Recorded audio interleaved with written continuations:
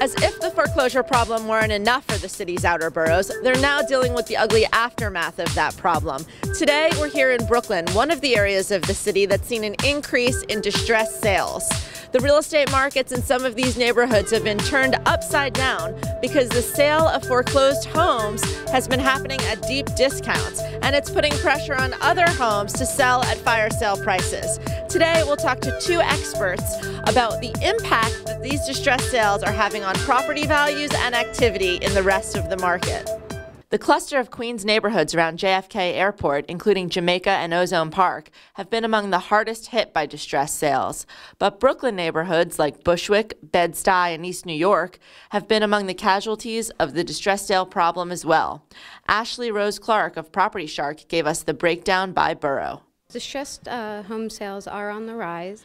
So Queens is seeing the highest number of distressed sales, followed by Staten Island with roughly 10%, the Bronx with a little over 9%, and Brooklyn with about 6%.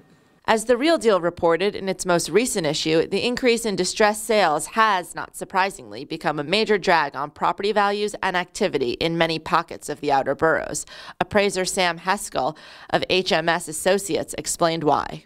Nobody would want to buy a house at full price when you can get the same property for 30–40% less down the block from a foreclosure or from other distress sale. South Jamaica, Ozone Park, or southern Queens, we've seen probably a 16% decline in values because the foreclosure rate or the distress sales, the amount of distress sales are very high over there.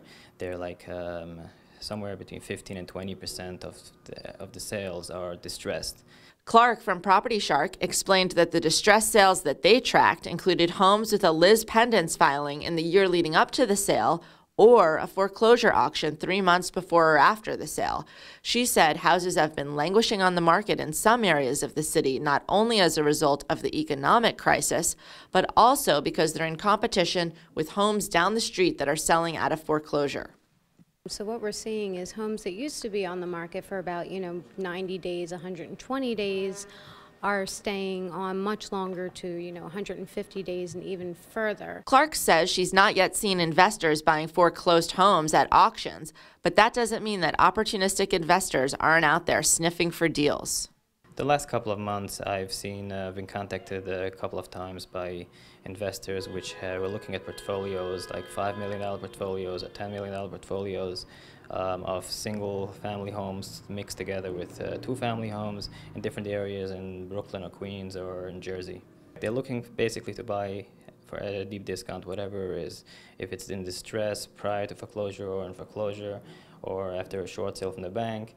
Some of the times they'll renovate them and rent them out, or they're just holding on to it, waiting the market to turn back around, and I guess they're going to sell it for a profit. Both of the experts TheRealDeal talked to said that banks are more willing to negotiate with struggling buyers on their mortgage payments now.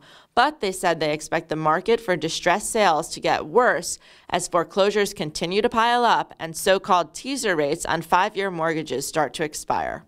Certain areas the situation might get worse because there are still people who are in this low interest or interest only mortgages. These people are going to have a hard time refinancing, so that's going to be like a whole new clientele, so to say, which might fall into distress.